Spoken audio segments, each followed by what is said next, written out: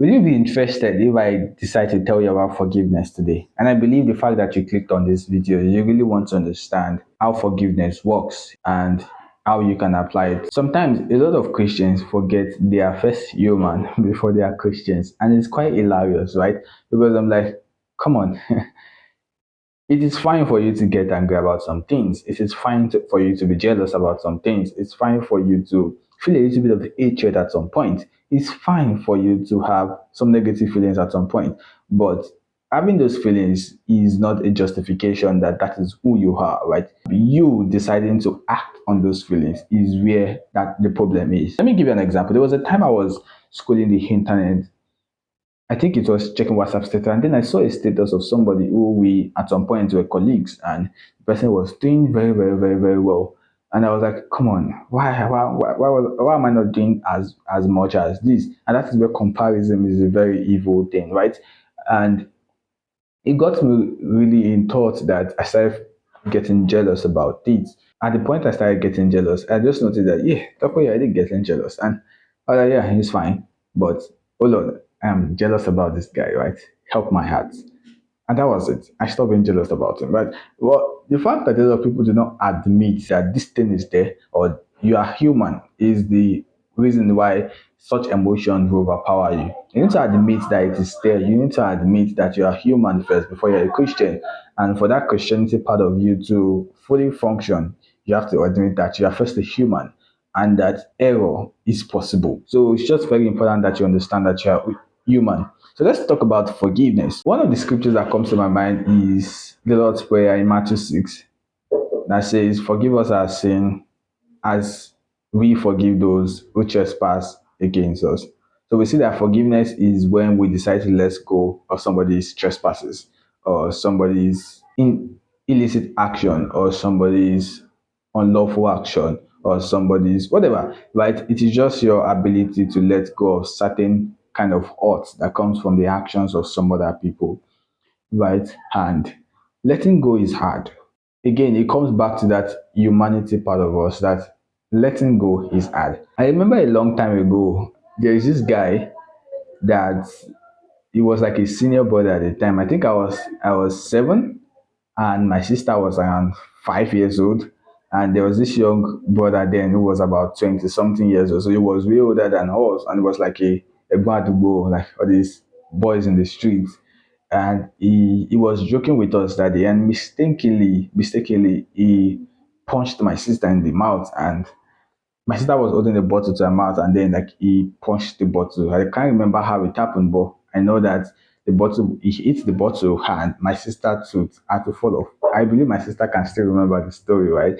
And every time I see this young guy, even after 10 years, 14 years, the first impression that comes to me is that this guy was the guy that took away my sister tooth at some point, right? It just shows that humans have the tendency of not forgetting. So you can't say that you hurt me today, you hurt me really bad, and you expect that I forget. So that is the human part of us, that forgiveness is not that we forget. Forgiveness is that we stop the whatever hurt has been done to us, we don't let it hurt us anymore. We're not holding on to that feeling anymore. We are not acting on that feeling anymore. I've chosen to let go of that feeling. But it doesn't mean that I forgot the thing. It's not like I'll have amnesia and then the thought of it will be taken away from my mind, right? No. So forgiveness is just letting go of the emotion that comes from the hurt that somebody has done towards you. So it is not forgiveness yet until you completely let go of that negative emotion.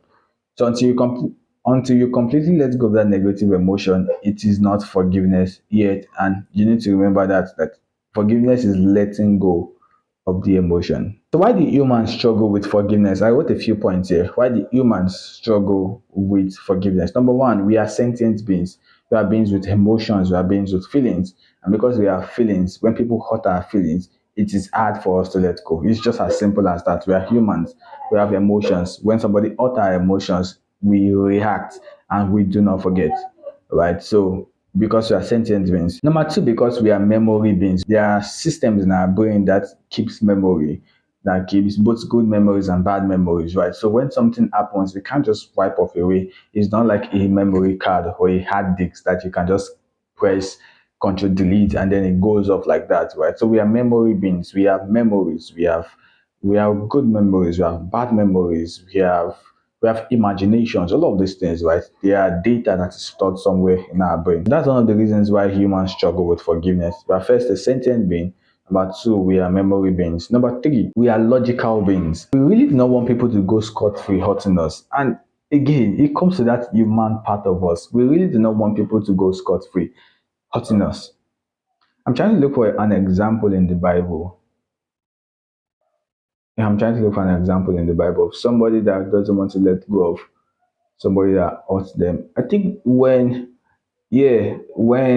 Jacob's daughter was raped and Levi and Simeon, I think Levi and Simeon had to go do a revenge. Even when they said that, yeah, you have to circumcise yourself so that you're going to be a part of us, we're going to forgive you, right? But humans are logical beings, right?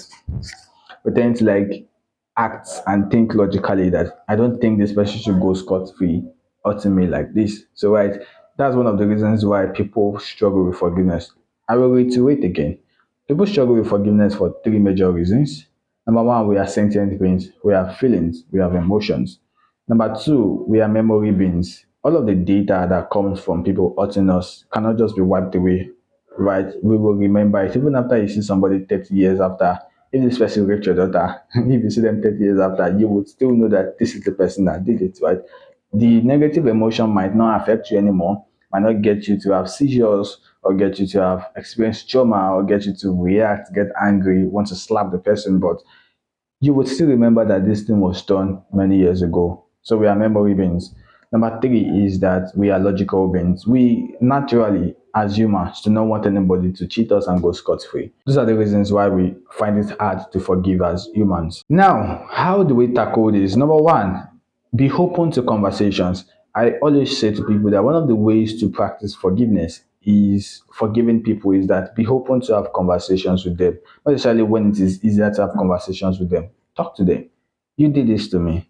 I find it very hurtful. Once you say it goes off in your mind. I see it like this that let's imagine a mobile phone and you downloaded multiple games on it. If you want to ensure that the phone stops hanging, you have to delete this mobile game so that the phone can function properly. And that's the way it is for we as humans as well. When we bottle in emotion, when we bottle in, it's called emotional depth in psychology, whereby you ignore talking about certain things, certain emotions that you feel just because you just want to let peace reign or you just find it very difficult to talk about it, right? Once you bottle it, these emotions in, it becomes emotional depth. And at some point, it starts giving you probably trauma or you start reacting to people that are innocent. You just start like reacting in certain ways that you shouldn't. And the easier way to solve it is first to have a conversation. Whoever hurt you, have a conversation with them. There are some instances where it is impossible to have conversations with them, but your ability to say it out and let go of it. For example, let's assume the person that even hurt you is dead. How do you want to have a conversation with the dead? You are not a necromancer or you are not a medium, right? And you're not a sorcerer, right? You having a conversation with yourself or you saying it out loud. I know that this person hurts me, but I choose to let go starting from today. It's like the brain creates a neural path where it processes that information and starts helping you act in that certain way. Right. So having a conversation about it is the first step to learning the act of forgiveness. Talk about it. Did I hurt you? Talk about it. Did you hurt me? I will talk about it. And that way we can let go of that burden. That emotional depth that is storing up in our hearts. We let it go. We let out the fumes so that we can practically be alive. Because somebody who is keeping so much negative hurt, at some point they will have an outburst or they will experience much trauma. And probably somebody that hurt you didn't even know that they did. Because a lot of people can hurt you and don't know that they did, right? Because they did it out of their default mode. But you having a conversation with it probably might help them become aware of the fact that this thing that they are doing can be dangerous to another or can hurt another, right? So having a conversation about it is quite important. Number two, forgiveness is one, but healing is a process. again, it boils down to the human part of us. Once you have decided to let go, once you have had a conversation and you have decided to let go, it takes intentional step to fully let go. It takes intentional step to fully prevent yourself from being hurt by these emotions anymore. And there is a way I decide this can be done. For example, imagine somebody hurts you and you had a conversation about it and you're like, okay, yeah, fine. I've decided to let go of this particular thing that you've done.